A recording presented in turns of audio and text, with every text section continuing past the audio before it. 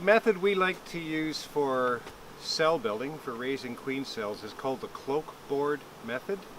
And we're going to describe the way we use that cloak board. Lots of different ways of doing it, but we've developed a system that works out pretty well for us. So I'd like to demonstrate that. It is rather confusing and there's lots of different steps, but we'll try and convey that information to you. I'd like to first of all go through the basic setup of the hive, list all the components, and later on we'll describe what each of those are used for. So starting at the bottom, we have a normal bottom board down here, and then a wood rimmed queen excluder, and then a normal brood chamber with no entrance hole in it. We've actually taped any entrance holes shut. Then above that we have another queen excluder, a wood rimmed queen excluder. We use wood because the edges aren't bent and there's no leaks to the outside. And then this is the cloak board that you'll see a little bit more later, but it's a frame that has a groove all the way around the inside of it so that this metal piece can slide in and slide out. As you can see, it's in the out position right now. Above that we have another queen excluder, another brood chamber with the entrance hole taped shut, another wood rimmed queen excluder, and then a hive top feeder. There are reasons for all of these queen excluders, but it basically has to do with preventing queens from moving around from place to place. What we do when we're setting it up is we make sure the queen is down in the bottom box, so she's there right now. And then the top box we're going to prepare to accept the graft that we're going to put in, the graft frame that we'll be putting in tomorrow. So we do this job and then the next day is our graft day, and then 2 days after our graft day we pull this slide out into this position, and we do this on a weekly schedule. So every week we do the cell builder preparation on Monday, the graft on Tuesday, and the slides come out on Thursday. And then we repeat that process the next week. If we keep managing this, we can run this cell builder all summer long and produce queens throughout the summer, like our little queen machine here. So we'll get started. First thing we're going to do is find the queen in the bottom brood chamber. So we'll take the hive apart. We do get a little rough with the bees here. Not rough, but we are shaking things around, so I'll be putting my veil on here. So there you can see the cloak board has the grooves all the way around there, and we're just going to put this in the closed position. We'll wiggle it around a bit to get it all freed up. At the beginning of the season we put Vaseline in these grooves to help prevent the bees from propolising it shut, so it's relatively easy to move in and out. At the end of this video we'll show you why we're using all these queen excluders, but now we're ready to find the queen. We make sure that these cell builders have young queens, so there are less issues with supersedure, and we make sure the queens are marked because we're finding them every week in amongst a whole mess of other bees.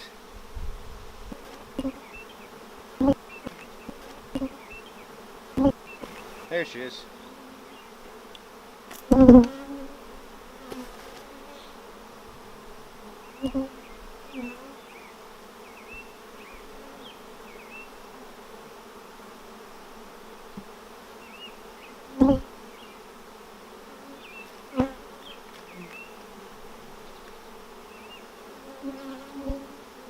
Okay, what we'll be doing is shaking all of the bees from this box into a new box over here. And this box has a frame of foundation and a graft frame in it, all ready to go.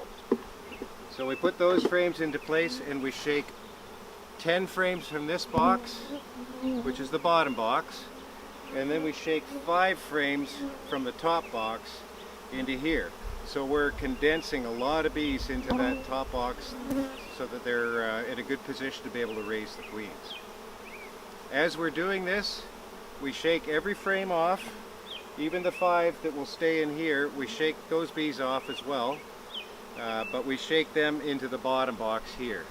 So every frame, all the bees are completely removed from the frame so that we can check them to see if they're raising any of their own cells on the brood combs. We have to destroy those cells because if they hatch out, they'll destroy the queens that we're trying to raise. So that's a critical thing. We need to do that once a week to prevent that from happening. We call them rogue cells or wild cells, the ones that they raise on their brood comb. And we have to be very, very careful not to miss even one of them. So now we have the whole crew and we'll get set up to shake these frames and get going. We'll just take these frames out of the bottom brood chamber. The young bees tend to be stationed down there because there's lots of young brood, and we want those young bees now up into the cell building box. We give those a sharp shake, and then we pass them over to Brooke, and Brooke's going to check for queen cups like this. We don't even bother looking to see if there are eggs in them, we just destroy anything that looks like a queen cell. And Brooke, you show David how you're tip the frame there to look, and you can see up into this hole here, and that makes it really easy to see them. But we did kind of just check the whole thing over and pinch them off and destroy them.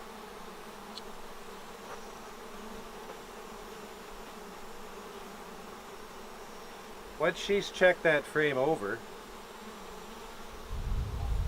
she then passes them over to Dave, and he does a double check to make sure that there's no queen cells there.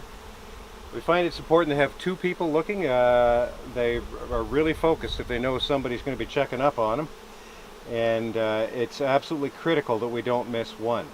Dave then sorts the frames out into brood or food stores, and that make it a little bit easier later when we're putting the frames back in. All the frames come out of the hive, are shaken off before we put any of them back into the hive.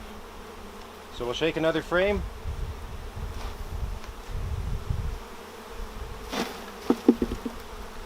Pass it over.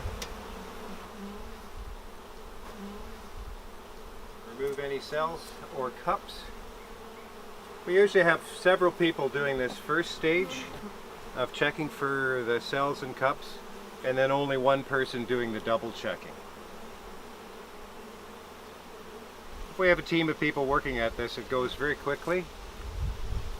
And we do run multiple cell builders, so we're just showing you doing one cell builder, but as soon as we're done one, we'll move on to doing the others. And we run 2 to 3 cell builders per week, and that gives us 100 to 150 cells per week. What you saw a little earlier were queen cups, so there may have been eggs in them, but they're just the cups. These are cells right here, and they're not that, they may even be further ahead than the queens that we're rearing in this colony, so we definitely have to destroy them. I count 9 of those cells, cap cells, on this frame alone, so we just pull those off and destroy them and move along and get the other 7. But there are quite a few here, so we have to check through and get all of them. So now we'll go through the rest of the hive. We'll shake all these frames into this box. We'll shake half these frames into this box, and then we'll kind of wrap up at the end as we're putting the frames back into place.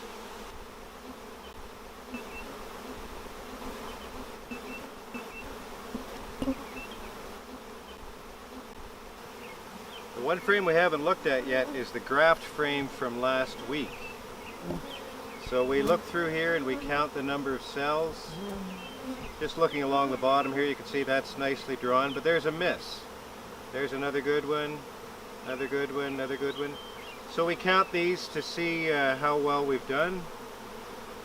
But those, once we've counted them, we've put them into the cell builder in the second position. In that position there. And then we put a frame with foundation next to them. So there's honey frame here, the graft frame, and then a frame with foundation. We're trying to discourage the bees from building excess comb around those queen cells. Now we'll move over to these frames that we've got taken out. We've shaken most of the bees off them, or preferably all of them, and then we've checked them for cells, and then we've sorted them out.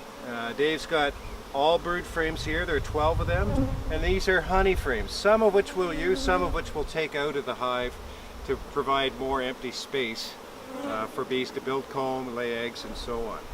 So we'll just take these frames out, and what I'm looking for is to see whether there's any young larvae or not in them. This one has some cap brood that's hatching out, some cap brood here that's hatching out, but no young larvae. So they go up into the top box. We don't want a lot of larvae in here to compete with the graft larvae for food. But we do find one frame that has just a little bit of young brood on it, so open brood, and we put that right next to the graft frame so that the nurse bees are stationed right next to the graft frame. We'll put this graft frame that we put in, the new one, we'll be putting into the central space. And we're just putting that in there to have the bees polish those cups. And if you watch our video on grafting, you'll see what those polished cups look like. But so we put that in there, and that stays in there for 24 hours. On one side of it, we put a frame that's got just a little bit of young brood, and on the other side of it, we put a frame that's got a lot of pollen in there. So all the resources they need to raise queens are stationed at that location. So we'll just carry on transferring frames over. This one's got some emerging brood on it, but no young brood. This one, it's the same thing, a lot of older brood on here, emerging bees, but no young brood. So by putting this up here, we're guaranteeing that there's going to be more young bees up in position in there. And the young bees are the ones that are the nurse bees that feed the queens. This one has very little capped brood on it, so I'm going to put it down in the bottom box near the outside. It's mostly honey. This frame has a very small amount of open brood, so it's a perfect one to station right beside the graft frame to get those nurse bees over there. And now I just need to find a pollen frame to put in this position here. I expect the rest of these have young brood on them, which they do. That's full of young brood, so it goes down here in the bottom box.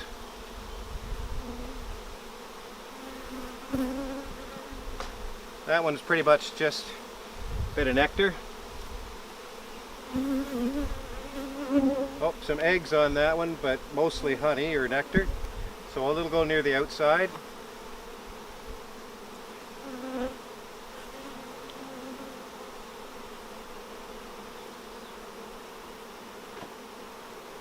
Undecided on that frame at this point. It's mostly cap brood. Very little young. Some young brood, kind of mixed frame there. A lot of young brood on that one, so it's down here. And lots of young brood, kind of mixed though. So we put those all in the middle here, all those brood frames. Snug that one up because it had some eggs on it. And now we can fill up this with empty frames or foundation frames, so we can give the queen lots of room to lay here. It's mostly empty there.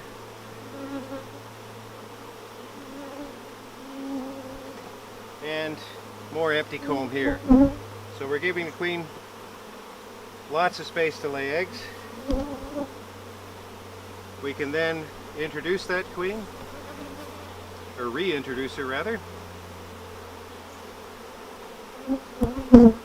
Down she goes. And we put the first queen excluder in place. This keeps the queen from getting up into the top box and destroying the cells. Then we put our cloak board into position, and we put our second queen excluder into place here. The queen excluders on either side of the top box are used to prevent any virgins that may be in the air from flying in and destroying our cells. Virgins are looking for a queenless home sometimes, and so this portion will be queenless, so it's quite attractive to virgins, and they can come in and destroy all the work that we've done. So we use that to keep them out. We put a frame that's got pollen. This is a pollen frame here. We're going to put that right next to the queens. We'll put in our last brood frame here, and then we put a queen excluder on top here and our pollen pad. Just puff the smoke, get some bees out of the way there. And there you can see a nice big fat pollen patty. It's made of pure pollen and sugar syrup. Gives the bees all the protein they need to be feeding those baby queens. I like to have it on top of the queen excluder because then when we need to get into this box, we can just lift it up without having to mess around with that pollen patty. So we'll transfer this box over and put it in this position here now. Can you hold that lifting up there? Full of bees. Lots of resources.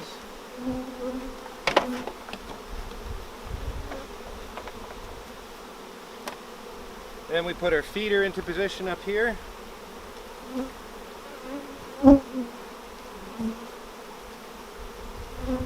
That was a very fat pollen patty, so I'm having to squish it down a little bit.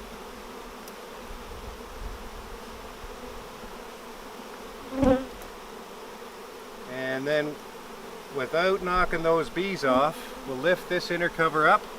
We do have straw in here, so the bees have floats to walk on to get that syrup without drowning. And we pour a little bit of sugar syrup in.